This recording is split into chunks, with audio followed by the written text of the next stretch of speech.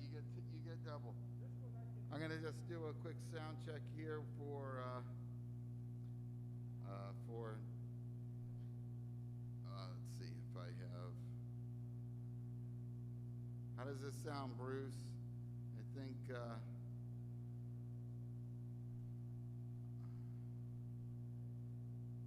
Let's see how this looks, how it sounds. Just all right. He's texting me back. Can you hear me? Okay.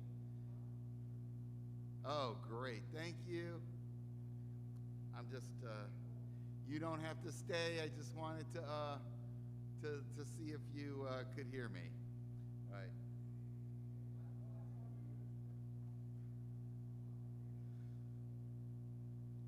Oh, thank you, Jay.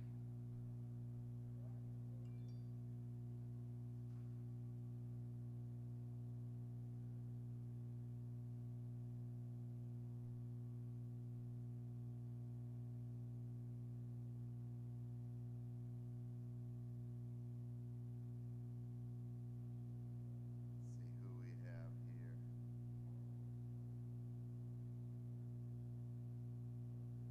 All right. I'm gonna. Oh, Annie's getting some love across the board there.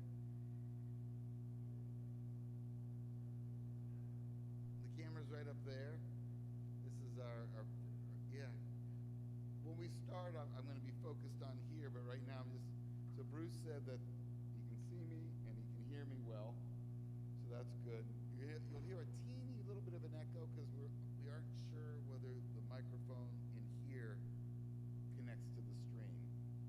So that's our next sound exploration. But we don't need to start yet. It's just that the stream starts exactly at 9:30, but those folks can wait maybe a minute. Let's see here.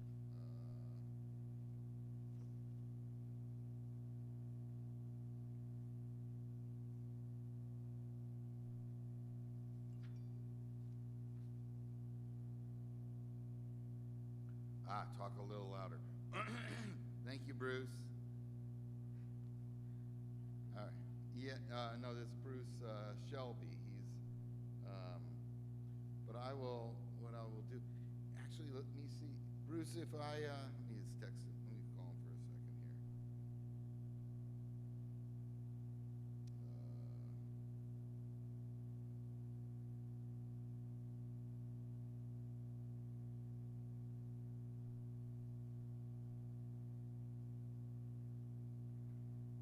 Hey, Bruce. So if I move, my only thought is that when I do that, it makes it really loud in-house. If I turn the volume down in-house, will that turn the volume also down on the streaming? Okay. So can you hear me okay, or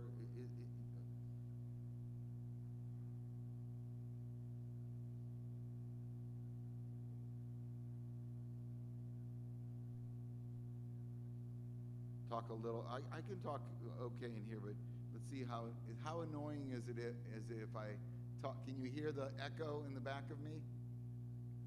No, not for you, but for the people who are here. Penny, how does that sound? Is it weird? It seems okay? Okay. All right, well, the sound is coming from behind me, so it's kind of weird. But is that better?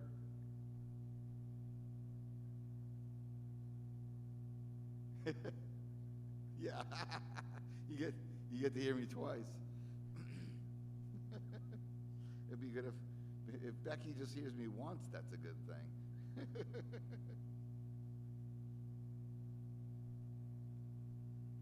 All right, great. Well, it's about to start, so I'll see whoever else is on. Okay, talk to you later. All right, bye. Hey, Kenny. Okay. Yeah, don't turn it down though, because then it turns it down on the stream.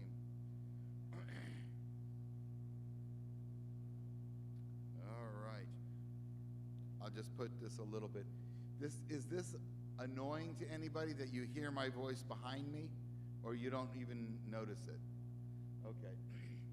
The next time we do this, hopefully we'll know, because I'll be able to, if the sound is in here, we should be able to get rid of that kind of bizarre. I could toggle it. You know what? Jen, let's see if we can get the sound also in here. In here.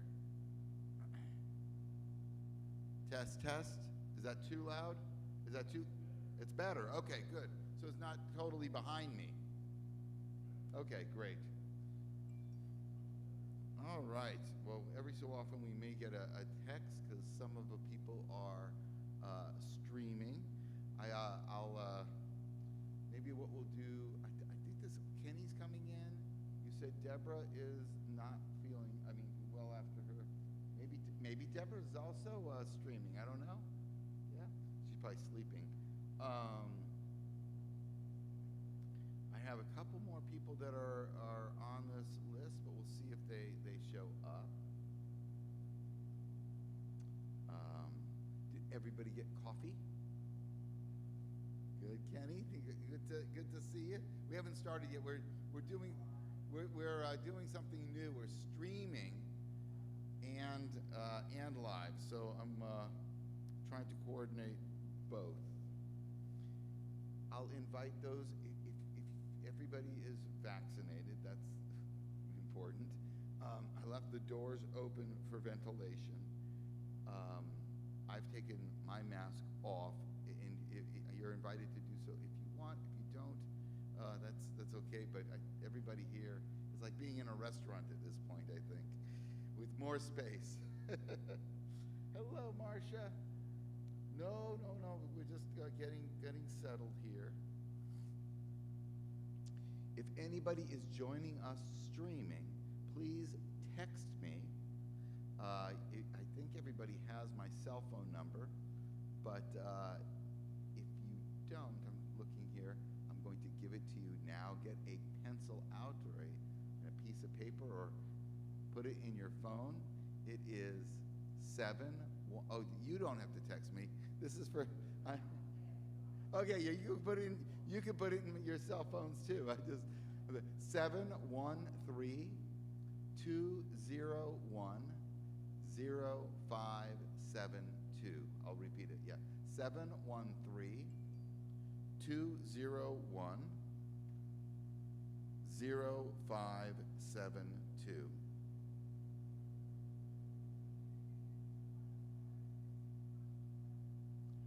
I'm streaming also, so if they have a question, they can text me. Otherwise, we are just those of us who are here. Okay. Let's see. I think we're a group that has gotten together many times, so I'm so excited to be able to do this monthly. And I think everybody knows each other, but let's take a moment and just say your name and your favorite food. Kenny, what's your name?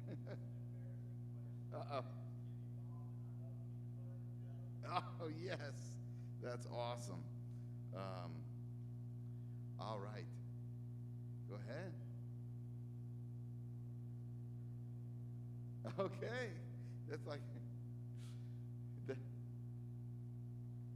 All right.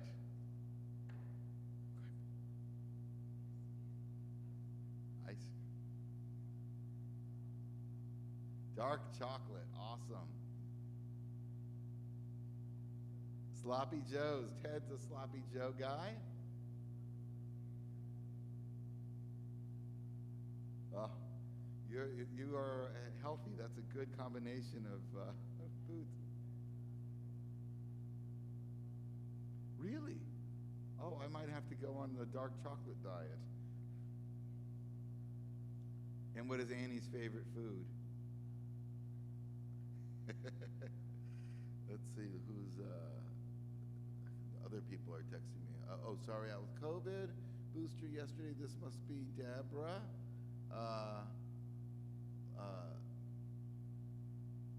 Okay, so I think Deborah and Don Graubart is. Oh, Don said, speak a little louder. So Don, you're going to have to turn up your volume a little bit because it's super loud inside the sanctuary right now. So if I turn it up louder, we are going to be in trouble in here.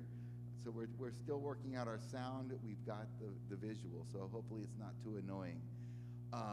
But Don and Deborah, if you have a question, please text as we go through our text. Also, if you want to text me your favorite food, I can share it with the rest of the group. My favorite food is terrible. My favorite food is butter. Anything that carries butter or can put butter on anything, and I am a happy, happy person. Okay. Let's just for a moment kind of catch up with the storyline, because we're at a really beautiful, emotional, explosive moment in the unfolding of our Torah story. If you recall, well, we weren't together a few weeks ago, but this is in the middle of the story of Joseph and his brothers, just a few parshiot back, had thrown him into a pit and sold him into slavery. His brothers did not know whether or not he even survived. They did not know whether or not Joseph was a slave. But they did know that in their hearts they had done the wrong thing, and for decades carried the burden of that guilt and the fear that they may have actually killed their own brother. The instigator, the one who came up with the solution to throw him into the pit, was Judah. Now, we all know that Joseph, in the meantime, over those years, rose to a great place of power and authority in the court of Pharaoh. And our story picks up here as a famine has driven Joseph's brothers from their land. I can't remember where they are right now in the wilderness, but a famine has driven them to look for food in Egypt, and they stand there in the court of Pharaoh before their brother Joseph, scared of this guy because they don't recognize him, but Joseph recognizes them, and that's where our Torah portion picks up today. They are pleading for their lives. They are pleading for something good to happen. I am going to share the microphone with readers today because otherwise people won't hear you on streaming. And let's see, I know this is such an interesting back and forth. Oh, I could. Do you mind if you want to hear my voice the whole time? All right, that means that you have to promise to ask questions, because otherwise we're all just going to listen to me for the next hour. All right. No, that may be the easiest way to go about doing this. All right. And then I can stop when I want, right? I don't have to stop you. All right. By the way, kind of a structural thing that I kind of outlined here. We have three parts of this portion that we're going to read, at least this unit. Those three parts are: there's a recollection of the events that have passed. There is a stress on the impact of Joseph's, the story of Joseph on Jacob, their father. And then it culminates with a personal offering of personal reconciliation. These are all the words of Judah as he speaks to his brother and pleads on behalf of all of the brothers. Here we go.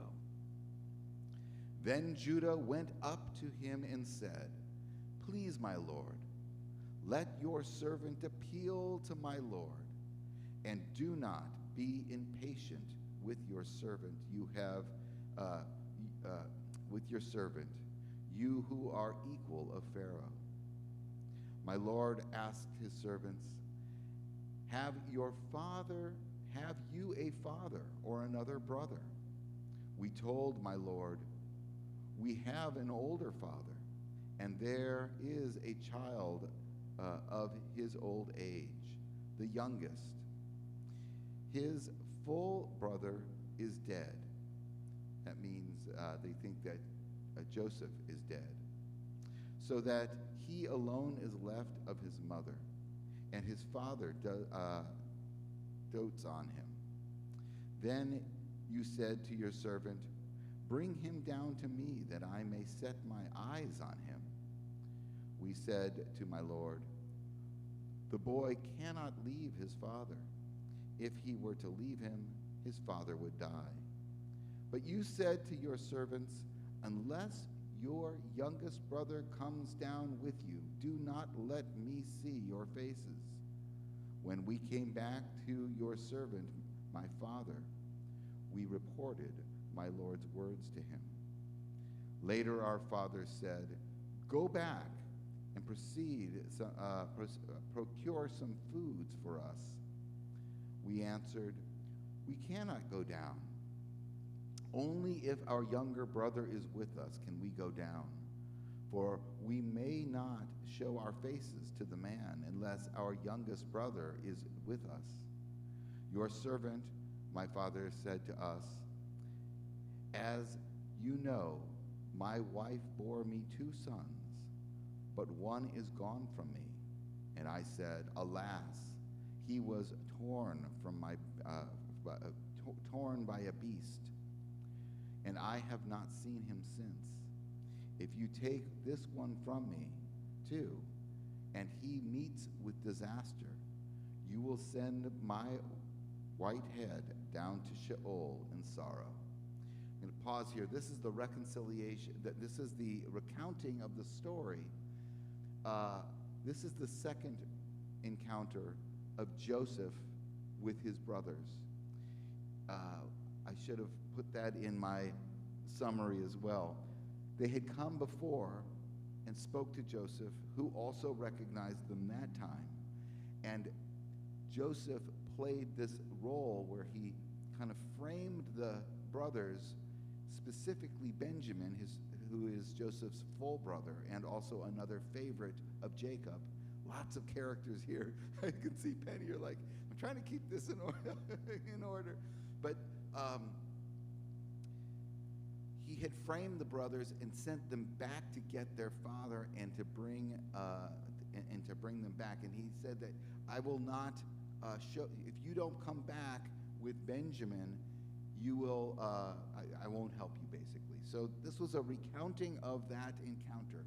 So let's take that first recounting, the recall of the events that came before, and let's bring us all up to speed. Are there thoughts and questions about this? There's some interesting ideas in here. Well, the first is that clearly Jacob thinks Joseph, of course, is dead, and the brothers had told him that he'd been torn apart by a beast, according to this recollection, right? The second is that the brothers, again, he has no idea who he's standing before in telling the story. But he's going back and forth. This was a hard one to read because it kept going back and forth between,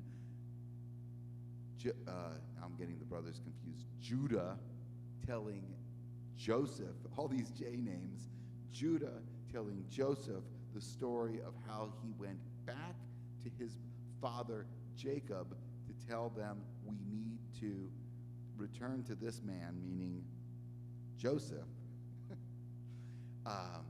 with Benjamin. Yes.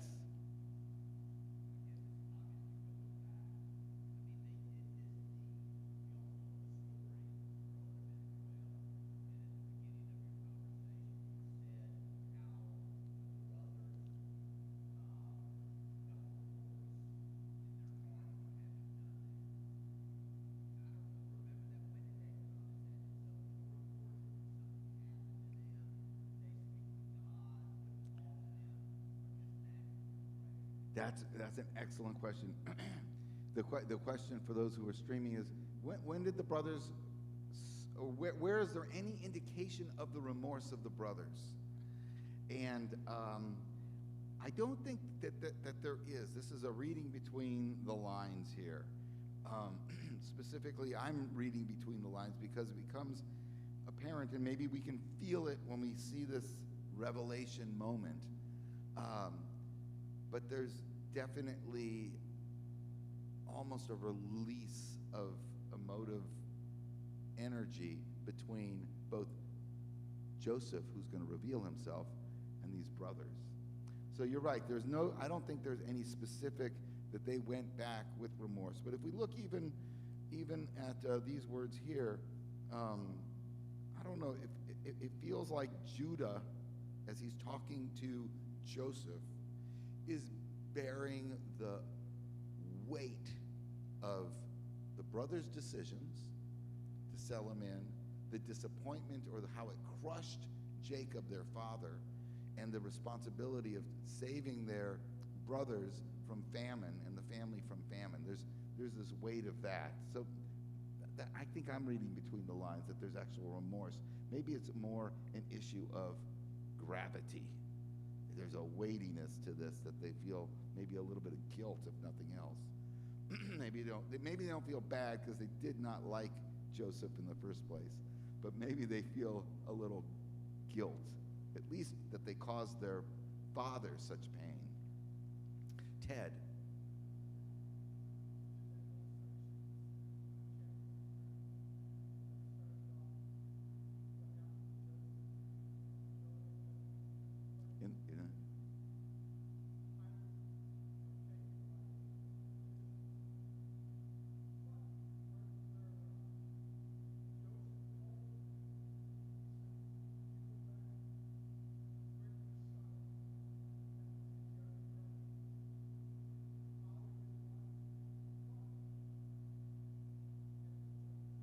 That's right. So Joseph tells them to bring back Benjamin, and Jacob, the father, does not want to send him because he's very partial, by the way.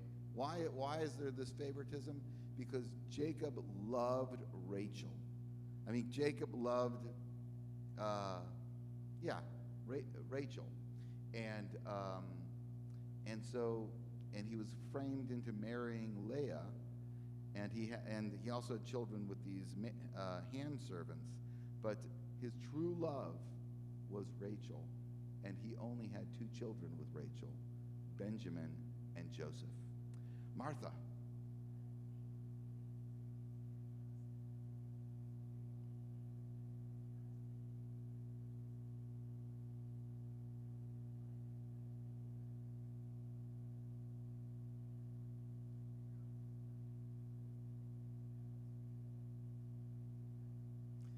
Yes, this is going to unfold beautifully, kind of forecasting this element. Martha says that Joseph's perspective is one that understands it through the lens of his own personal experience, which is he rose to power. He sees it as God's will, that had the brothers not thrown him into the pit, had he not been sold into slavery, he would not have been in a position to save the family. So he sees it as destiny, whereas the brothers continue to see it as a shameful act, which they had done. Beautiful. Here's another little thing that I want to know, but I doubt anybody picked up on it because it's just one single word in this entire text. But it mentions at the end of what I just wrote, at the very last sentence, I'll read the last sentence again. This is Judah recounting the words of Jacob to Joseph. I don't know how I got to read so many J names. I got to keep these names in order for us. Okay, so here is Judah telling Joseph his father Jacob's words. He says, and I have not seen him since. If you take this one from me too, meaning Benjamin, and he meets disaster, if he were to die, you will send my white head down to Sheol, in sorrow.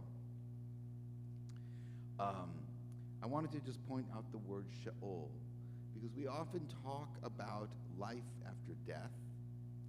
And what are Jewish beliefs about life after death?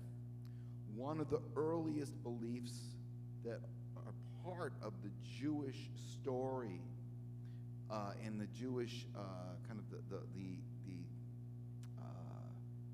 corpus of Jewish belief around death and what happens to us after we die. One of the earliest beliefs is this concept of Sheol. What is Sheol? Sheol is the netherworld.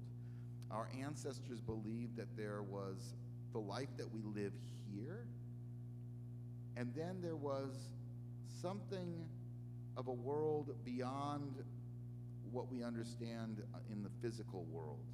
And they called it Sheol, the netherworld.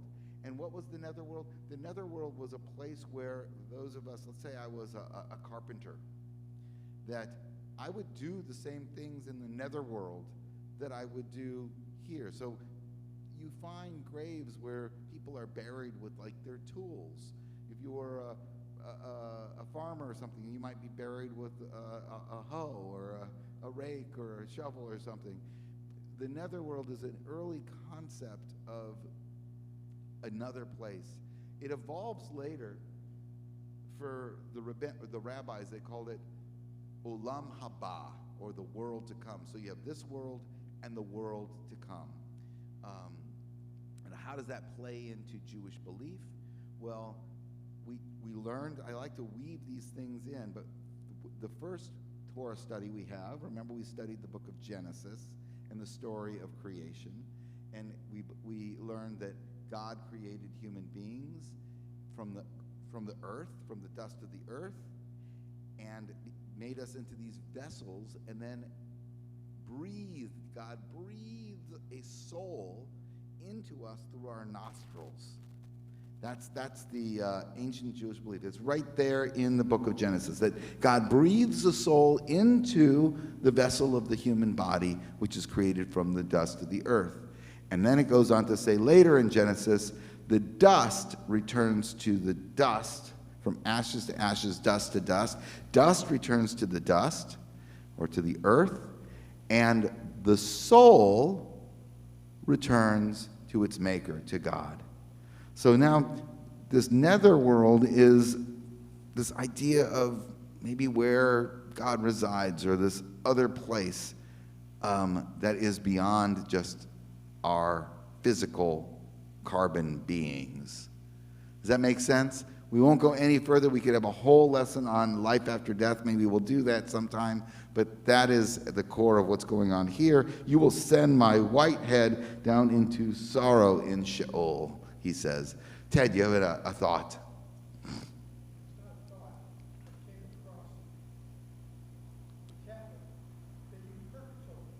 Ah.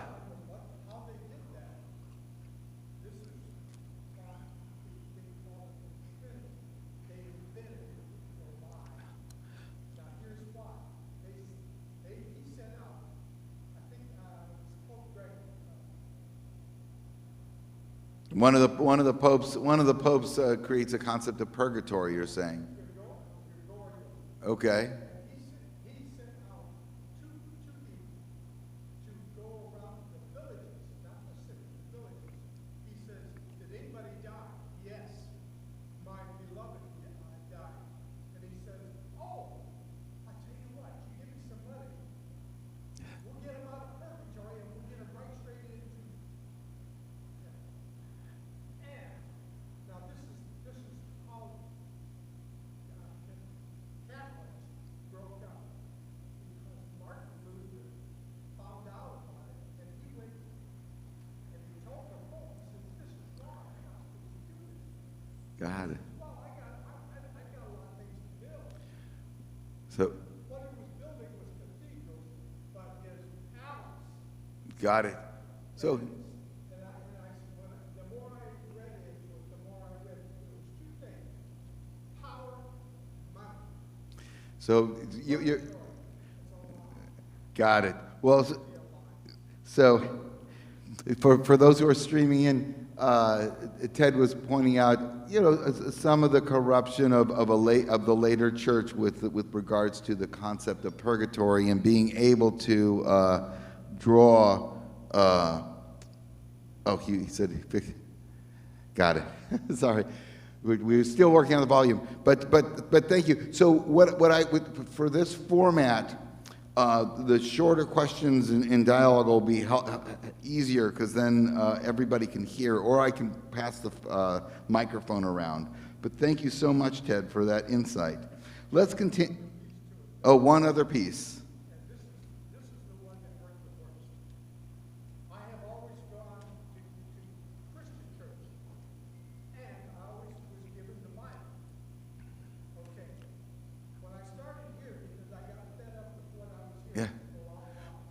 But When I got there, I decided after I came here to get the Tanakh. yes. And I Okay. took the Tanakh and I started reading it, and I have read that the other languages way more than 2 dozen times in my life because I never stopped. Ted, I'm gonna put you on pause for a second. Let's share this later because I want to stay on the text itself, and we're straying one little last piece. But let's get back to. Saint Jerome, he was the one that was the scribe of the Pope. And the Pope said Trinity. Now I want you to go back into the Tanakh Okay. and take out that God, I alone am God, there is no other. And Yeah. there it is, 144 scriptures. And I went back and checked one against each other, and guess what? They took it out. God is Jesus, and it's the Holy Spirit and the Holy Ghost. That's Yeah. what they said is the Trinity. It's a lie. Okay, thank you, Ted. I would like to focus on Joseph, Jacob, and the brothers. All right. Any other questions about the I think that the clunkiest is this recalling of the event. The second part of, by the way, I just want to also just say what I'm reading right now, the words of Judah to Joseph, this oration, is the longest oration in the entire book of Genesis.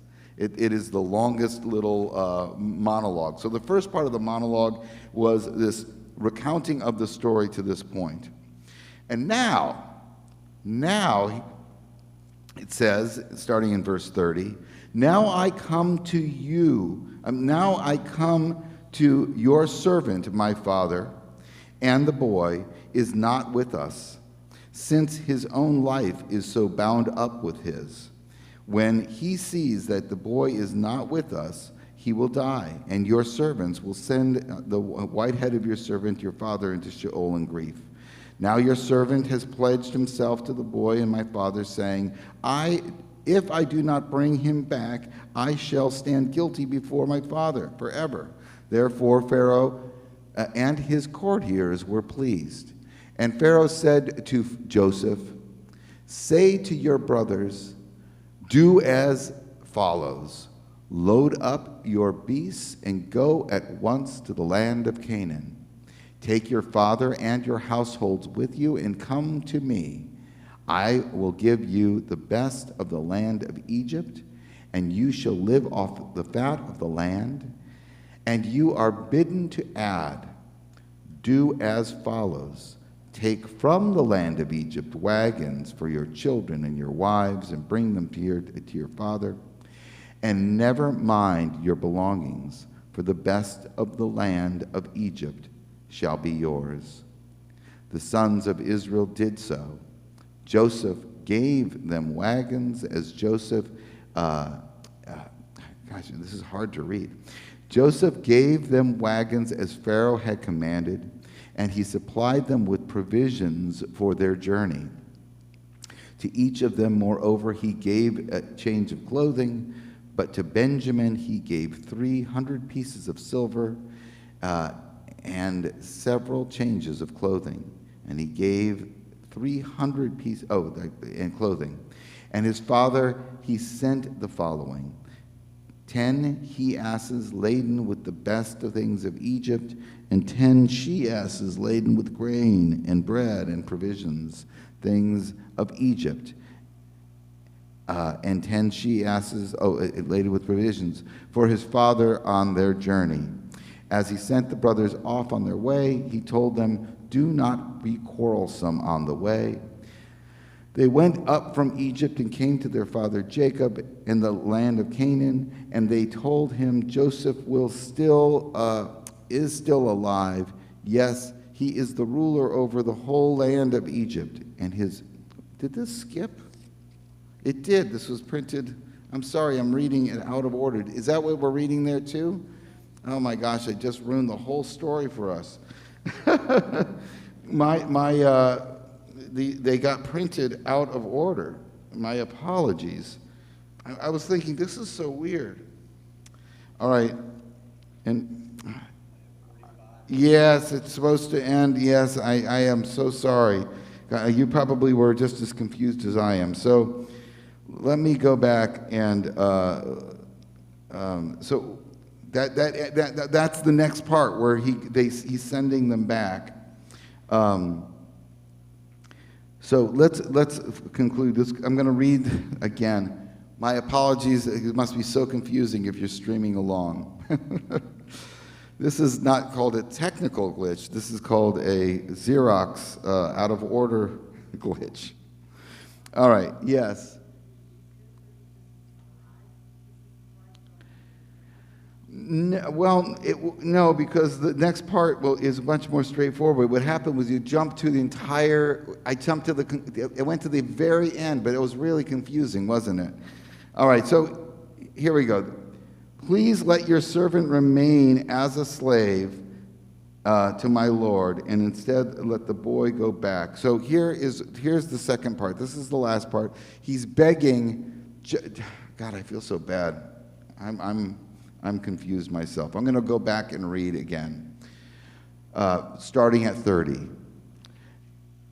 Now, if I come to your servant, my father, and the boy is not with us, since his own life is bound up with his, when he sees that the boy is not with us, he will die, and your servant will send in the white-headed Sheol, our father will be sent down in grief.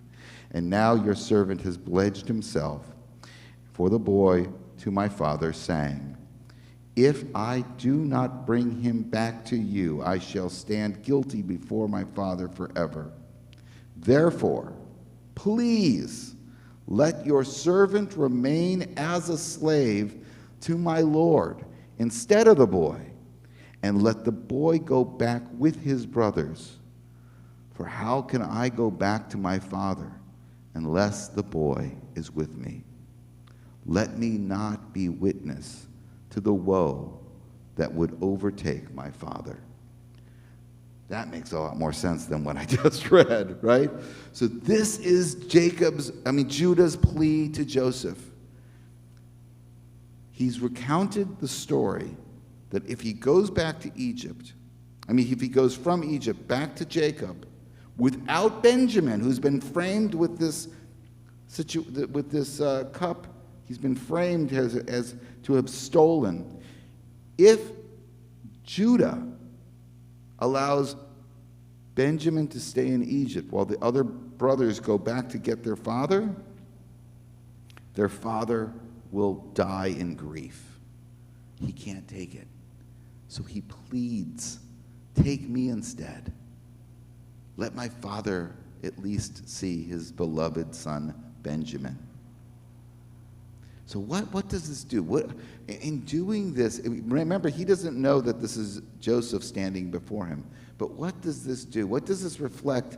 Kenny, you were kind of hinting toward it earlier. This reflects some growth, I think, within our character. Yeah, Martha.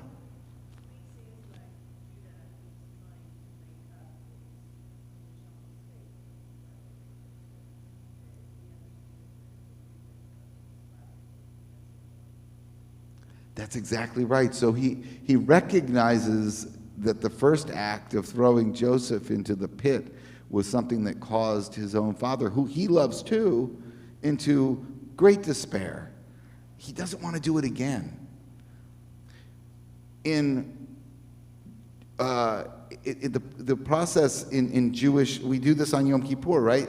We can ask forgiveness, but it's not complete unless the situation comes up and we don't do it again. He does not want to cause his father that same kind of grief. So that shows some kind of growth within him. I will not allow my father to experience the pain that I caused him the first time around. So that's kind of interesting. Mark, you had your hand up.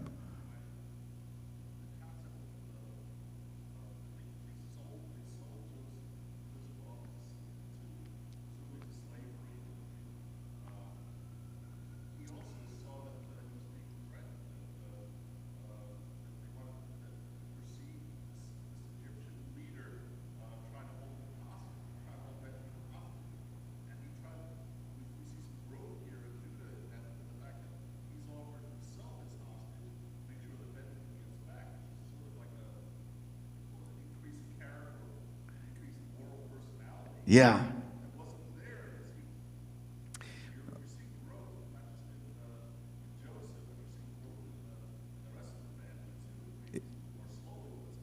Exactly, and he doesn't even know it, but he's appealing to Joseph's heart, right? He doesn't know it. He now as Joseph's listening to this, Joseph sees, like you said, Mark, growth in his brother. Like, oh my gosh, my brother Judah, who was the one who originally threw me in the pit, has grown to recognize the pain that he caused me.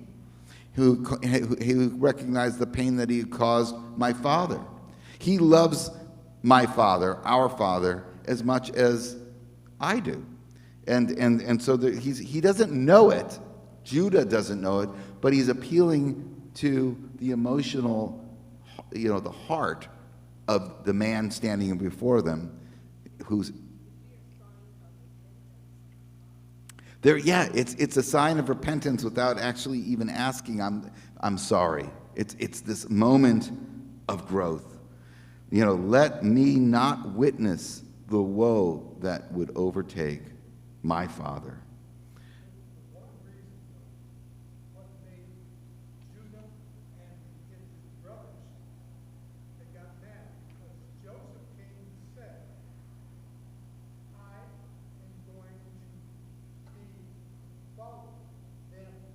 Wait, Joseph said that they're going to be... Okay, got it.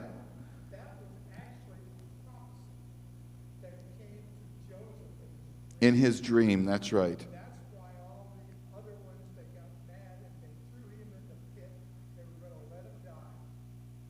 Then they saw the Egyptians on camels come in and they made a deal with them taking. So Ted's making an actual kind of taking us back a little bit to that moment at the pit. Joseph had in his childhood this dream that his brothers would bow to him, and this prophecy is actually coming true at this moment. So the Torah kind of has come full circle with this sense of destiny. It's woven into the fabric of this story.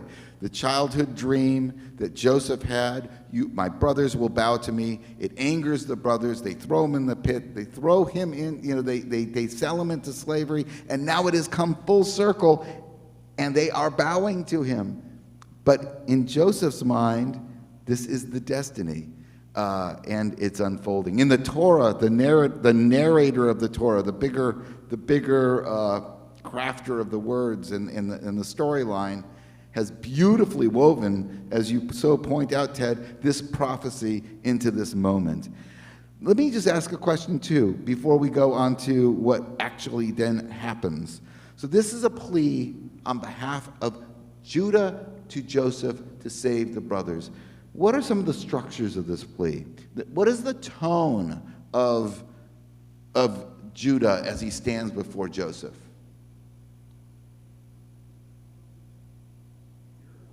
Fearful, good. So there is definitely there's and the flip side of fear is that concept of awe too, right? You're All respects of your son because he's meeting a person of authority. He doesn't yet know who this person of authority is. He obviously has the possibility of really ruining his day there, the day of the rest of his family. yes. So he's posturing himself in a place of respect and awe, but at the core of that, there might be a little bit of fear. I think a pretty poor thought on my part, but it kind of comes back to the here and now. Why did he go? He went because they were starving. They were starving, yes. I mean, they went because they were hungry. They didn't really go for any other reason than that. And when they're there, they're trying to they want food. Yeah. So, I mean, my mind thinks to modern times. Are they fleeting? I don't know. That's the thought. I don't think it's probably what was intended. But Yeah. No, I think it's this position of a humble disposition. It's a lowering. But what about the words like my Lord, my Lord, my Lord, my Lord? What kind of language is that?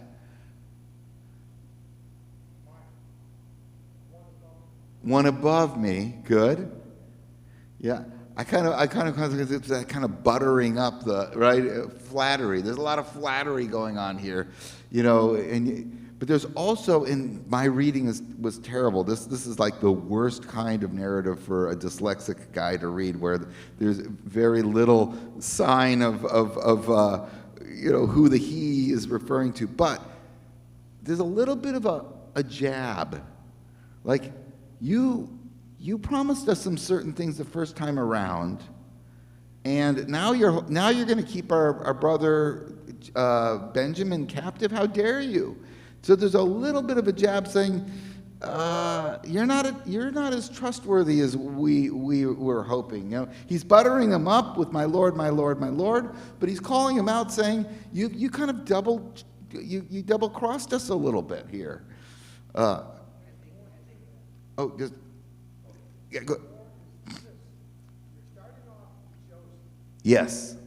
Joseph goes all the way through to when Moses is called by God and said, "You get my people out of there." Joseph. I mean, we keep going because Joseph is 400 years earlier, but What I'm saying, yeah. all that is actually one section that has two major. Oh, I see. You're saying there's parity. You're suggesting that there's a parity between End of slavery, interest. Jews were allowed themselves.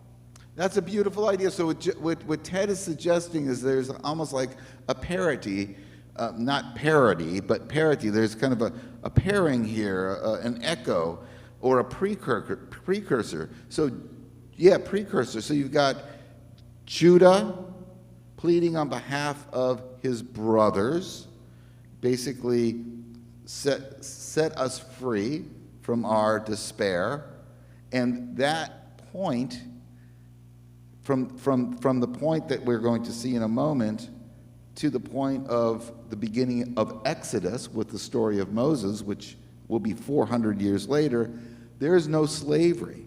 There's this kind of block of time where at the end of the book of Genesis it really articulates that Joseph and his brothers and the Jews or the Israelites of that time lived with relatively good conditions in Pharaoh's land. The beginning of Exodus begins, as you're pointing out here. There rose a Pharaoh who knew not Joseph, right? Who didn't know this time. And then we get this period of slavery, and then Moses begs on behalf of the Israelites to let my people go. That's thank you very much, Ted. That's a beautiful insight. So that's a neat observation. Yeah. Then we also have, we all kind of already have mentioned in this oration, that there's an element of kind of repentance on Judah's part. I messed up the first time. Don't force me to mess up again. Take me instead. Let my brother go back. And we'll see what happens now. So now we actually go to the correct part of the next part of our storyline, and that is in verse 45. So we got to shuffle our pages here. I got to figure this out. So we got 45. Yeah, so 45 will come before the page 46, and we are now in the correct order. Joseph, a much easier narrative to read as well. Joseph could no longer control himself before his attendants, and he cried out, "Have everyone withdraw from me." So there was no one else about when Joseph made himself known to his brothers. His sobs were so loud that the Egyptians could hear them, and so the news reached out to Pharaoh's palace. So let's pause right there. This is an incredibly emotional moment. Can you imagine? Joseph has been holding this back, his knowledge about his brothers. He now knows his brother Benjamin, who is his only full brother, and his father are both still alive. He is about to be reunited with the family that he had been separated from for decades. And clearly, he feels like there's been tshuva. There's been a sense of repentance on Judah's part. And so this is the moment. This is perhaps the first time that we have in the Torah a sense of forgiving, not for God to a person, but from human being to human being. This is our first kind of structured storyline about one human being forgiving others. Joseph said to his brothers, "I am Joseph. Is my father still well?" But his brothers could not answer him. So dumbfounded were they on the account of him. Then Joseph said to his brothers, "Come forward to me." And when they came forward, he said, "I am Joseph. I am your brother Joseph, he whom you sold into Egypt. Now, do not be distressed or reproach yourselves because you sold me hither. It was to save life that God sent me ahead of you. It is now 2 years that there has been famine in the land, and there are still 5 years to come in which there shall be no yield from the tilling. God has sent me ahead of you to ensure that your survival on earth and to save your lives from the extraordinary deliverance. So it was not you who sent me here, but God. And when he made me a father to Pharaoh, Lord of all of his household, and ruler of the whole land of Egypt."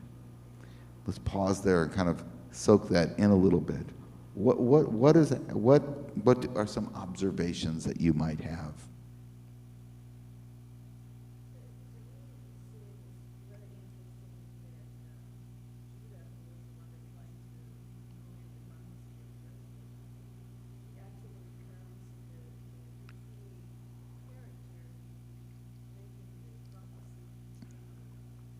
He becomes the key character. Yeah, so Judah, who had instigated it all, becomes the turning point in making the prophecy come full circle.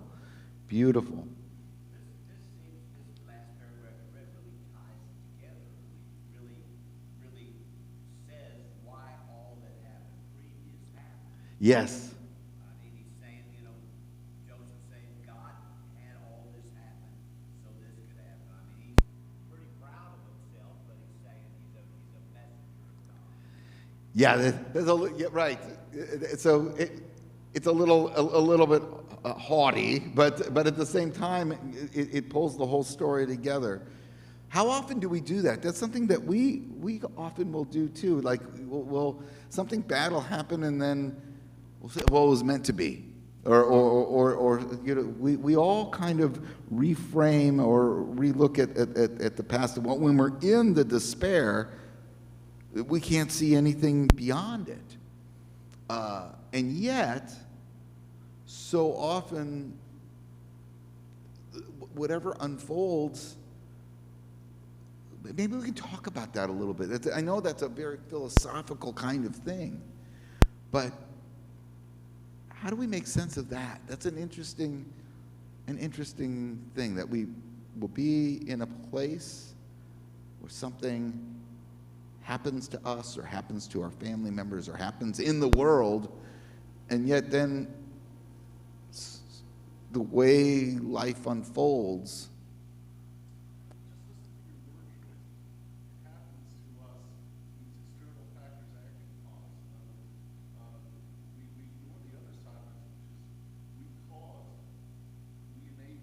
Good. We're the reason this happened.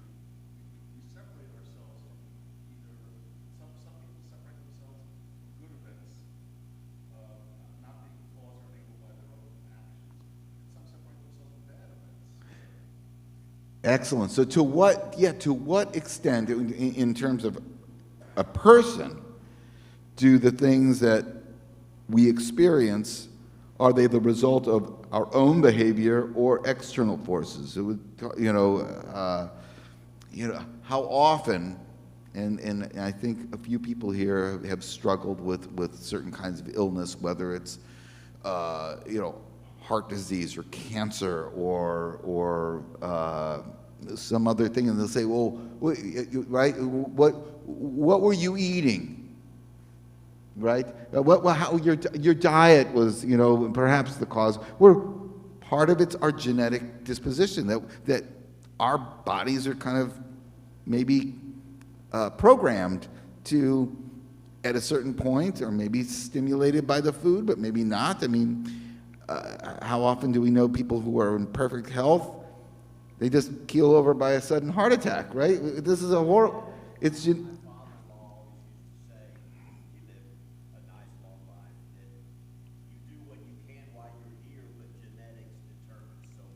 so much so there's the external and then there's the internal, and it's a balance of the cause of the unfolding. Martha?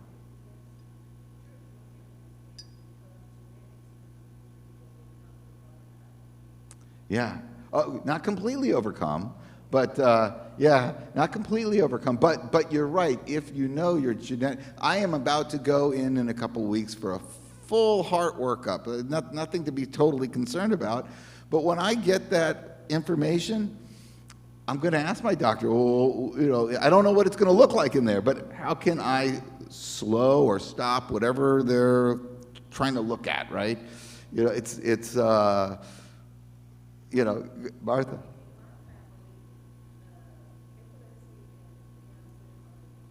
Wow, okay.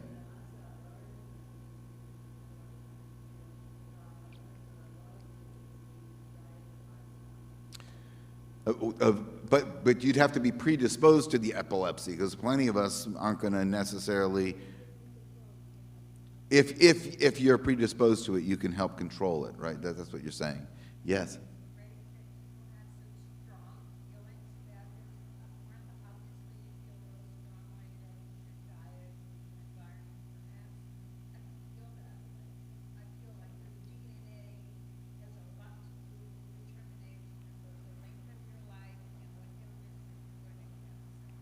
Yeah, no, it's in.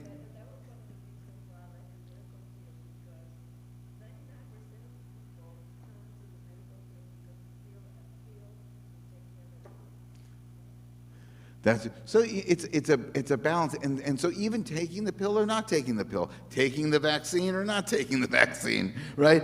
These are choices, and that's what Mark was pointing at. How much are we accountable for certain kinds of things that shape our destiny, and how much of it might be, as in Joseph's case, something that we look at and say, so where I was going was a little bit different than kind of health matters. And I'll get back to that in a second. But Mark, you had a thought.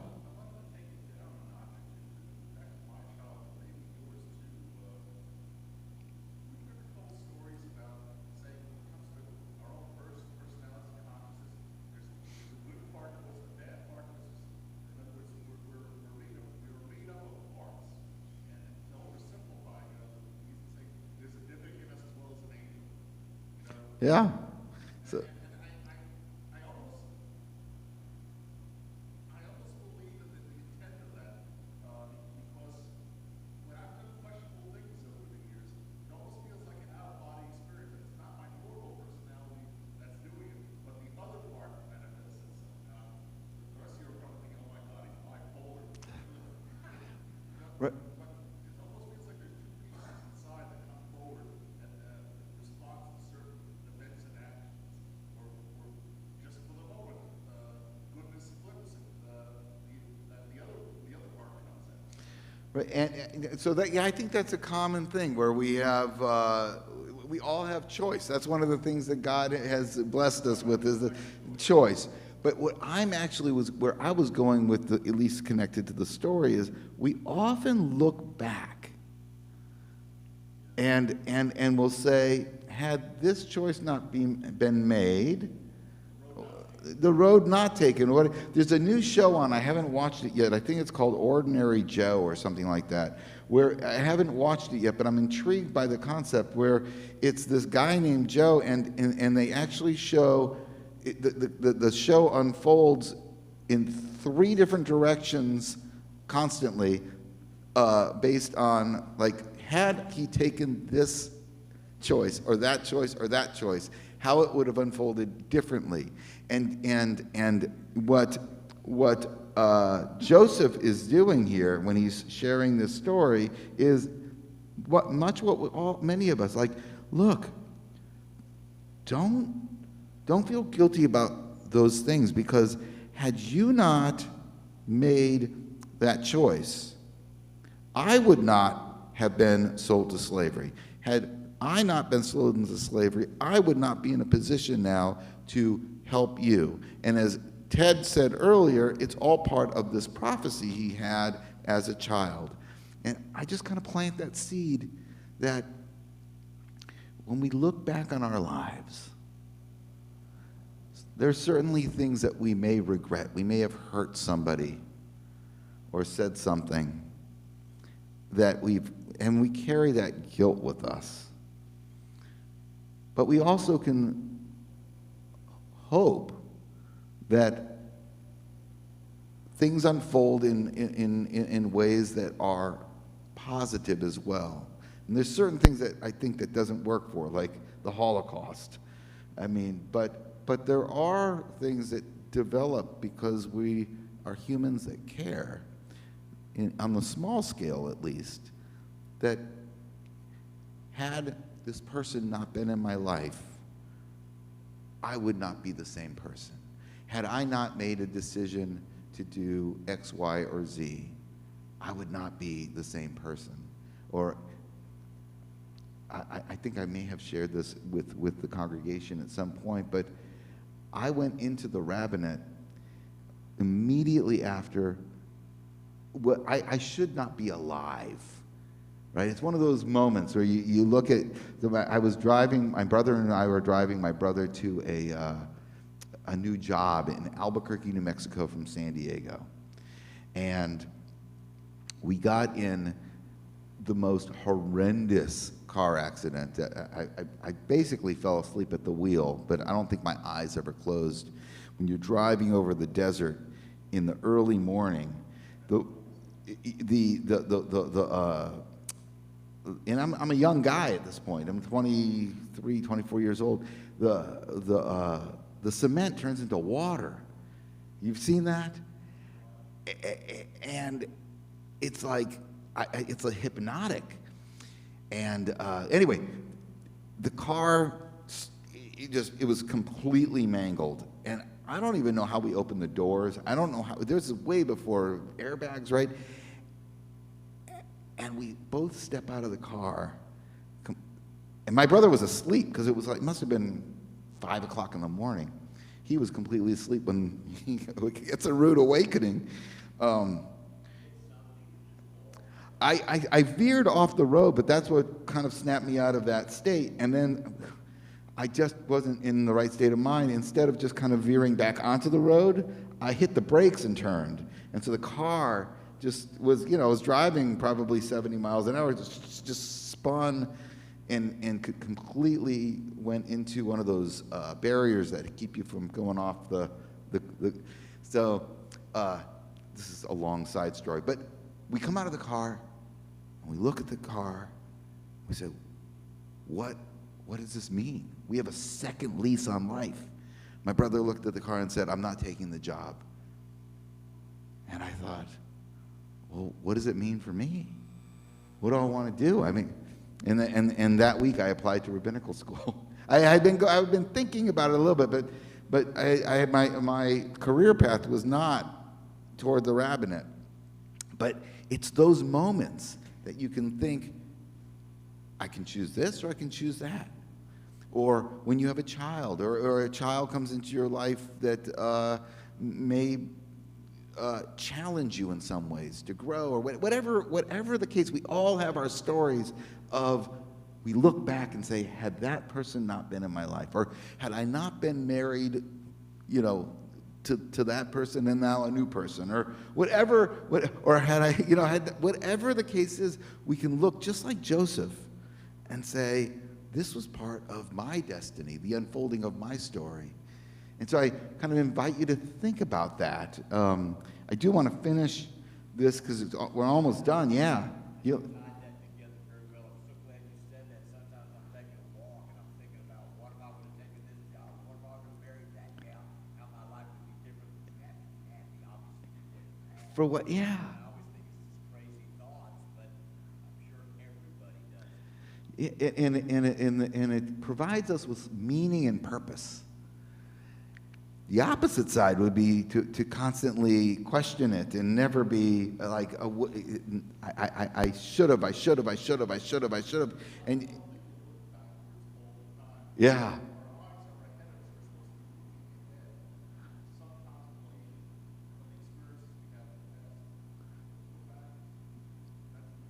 Yeah. And to live too much in the future is mentally unhealthy. It's good to just be in the moment. Yeah. So I went off on that tangent, but I wanted to draw our attention that Joseph frames this moment with, it's okay, everybody. It's okay. Because this was all part of a bigger plan that you and I were not fully aware of. So I'm going to just kind of finish this chapter here, and then we can reflect on it a teeny bit more. Oh, yes, Martha.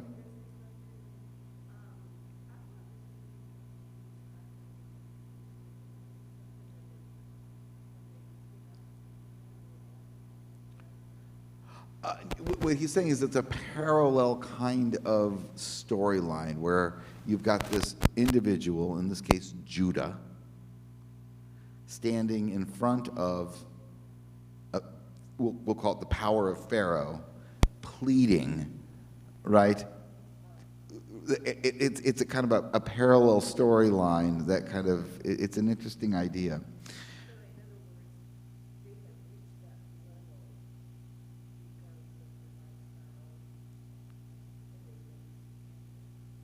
Yeah, well, so, as the story unfolds here, that Joseph, in the part I read out of order, Joseph ends up sending his brothers back to get their father and brings them back, and they've experienced, even you use the word deliverance, a deliverance from the pains and suffering of the famine that had struck. So it's just a parallel kind of structure. Let's finish. I don't want to do what I did that first week and go way too long. And the streaming may actually stop soon. So I apologize if we clip out. I wanted to ask this question too. Why do you think the brothers didn't recognize Joseph?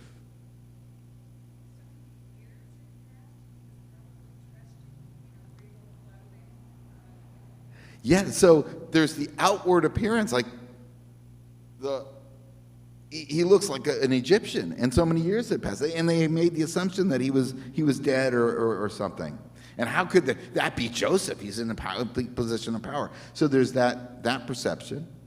What else? At that time, they weren't able to follow him on Facebook. Right, you could. So when you see a kid that's growing up, oh my gosh, you don't recognize him. Ted. One last thing I did. The thing that I found is prophecy. I was shocked. I started taking it from Tanakh, and I started looking at New Testament. And lo and behold, they fit. They fit all the way around. A lot of people don't understand that. Another thing that I'll tell you, I found out something else was in that Bible. Some of it is Tanakh, and the other is in the New Testament. And guess what? God is talking about the people from other planets coming here, and they're going to use that to kill us, the ones that are on this planet still. Everything that's going on, you can take from the Old Testament, you can take to the New Testament. It's happening already. Well, thank you. One So, last thing I'll give uh, you. You know where I came from?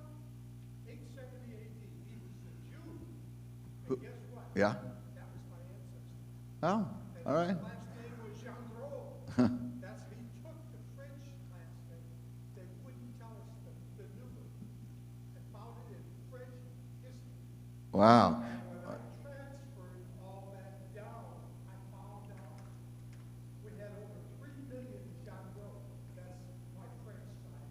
Wow. That's it. And alcohol, Wait. and a number of them have gone to what church? Synagogue. All right. So So the rabbis take this passage that we just wrote, where remember Joseph they don't recognize him, and I think that you're right. I think that he doesn't look Israelite. He doesn't sound Israelite. He doesn't present Israelite, and they haven't seen him in a long time, right? So the rabbis then go on to suggest that he draws them closer, and this is kind of in the midrash. This is in the storyline between the lines of like, why couldn't they recognize him, and how is he going to prove it? So he draws them closer, and again, this is not in the Torah, but the rabbis say he speaks to them in Hebrew so that they could know that this is not just, right? Of course, that probably isn't true, right? But anyway, he speaks to them in Hebrew, and he draws them close enough to show them that he is circumcised, that this is Joseph. Like, I'm not trying to pull one over on you. I'm not just telling you a story, but those things that are so interwoven to the Jewish identity, they are already part of me too. Look, and that's kind of an interesting idea that they weave into the story as he draws the brothers closer and closer. I am Joseph, look. Hear my voice, hear my language, see my physical connection to our faith. It's funny how you talk about the midrash.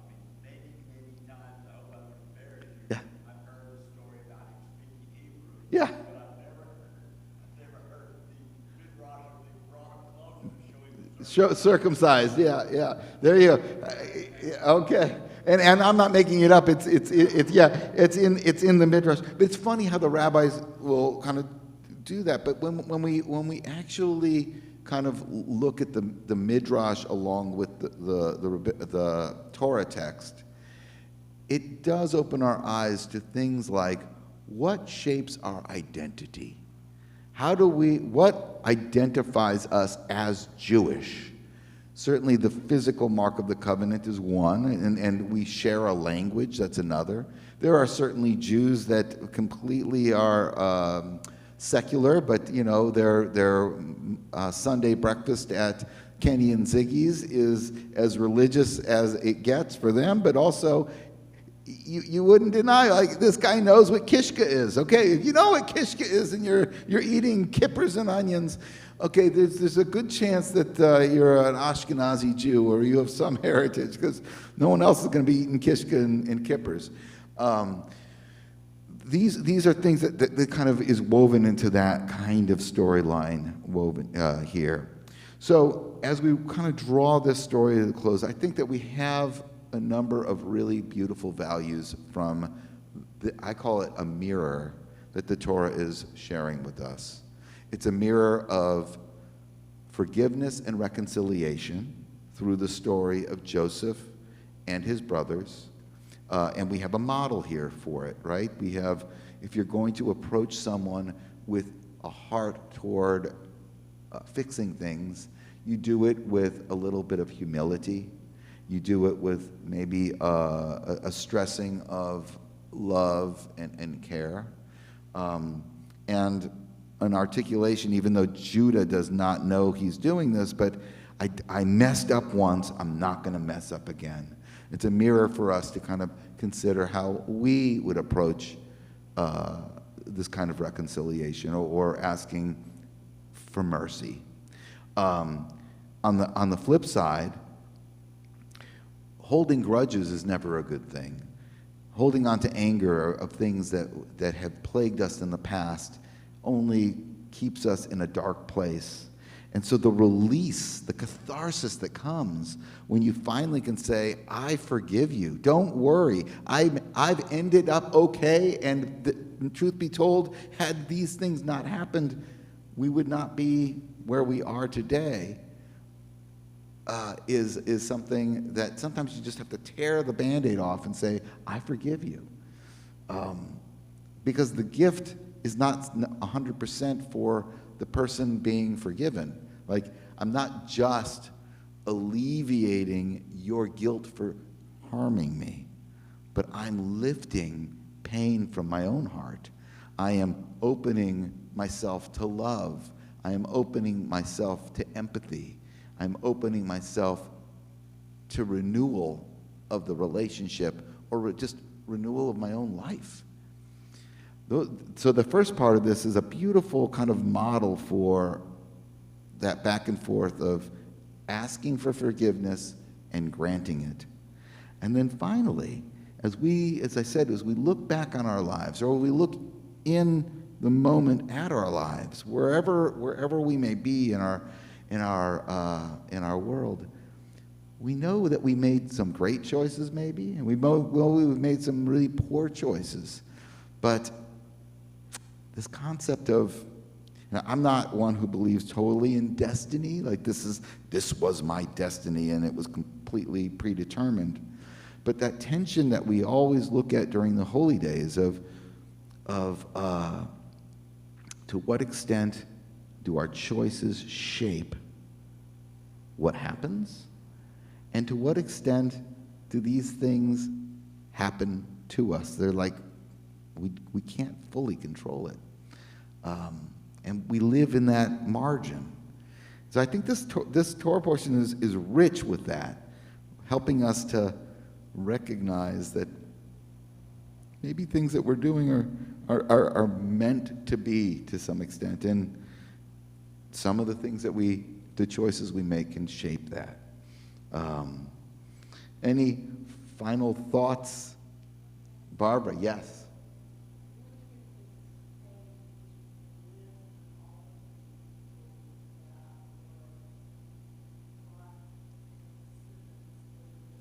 At the end?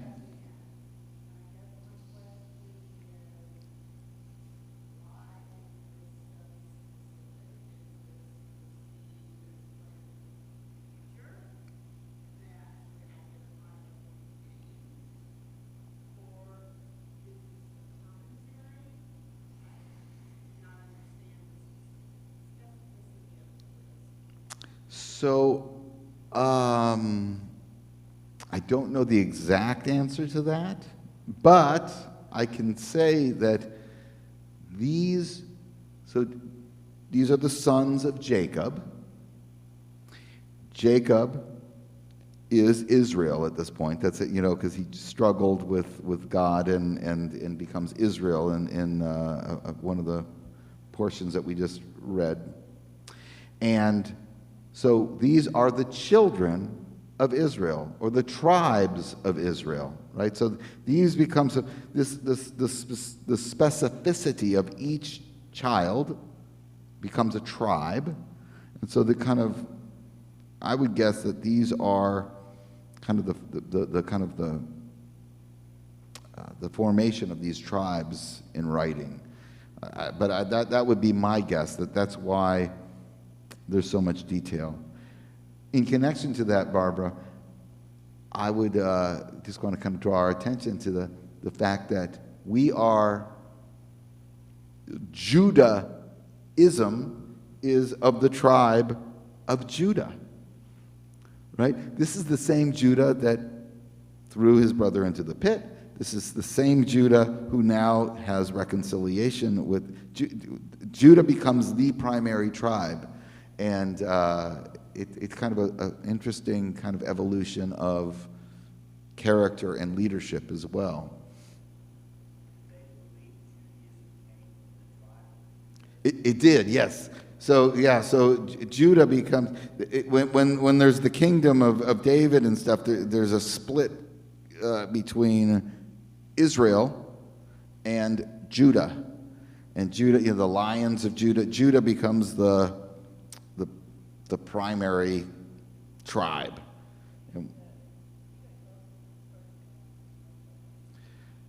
I think so. Judah was the firstborn to Jacob, the Leah's firstborn? I don't remember either. But it's not Josephism, right? But who was The last one, Benjamin and Joseph, just ahead of him. Oh, Joseph, yeah, okay. But Benjamin was His younger full brother, right. Anyway, this was terrific. We're working out the kinks of this. Hopefully this felt somewhat natural. We could try it a couple more times. I don't know what the experience was like in the stream. I don't know if it affected us at all. I know that this kind of sound is a little weird. It affected, yeah. With the sound, you mean? There's a reason why Yes. I never thought I would write. Yeah. A great teacher said, "You're going to write," I could tell. And I said, "You're crazy." Yeah. And guess what? I was 22, I was running a company. I had to write a book. Yeah. How to do it. The next one, I worked for Jews Yeah. in Detroit. And it was a chain of restaurants. Which restaurant? And guess what? Yeah.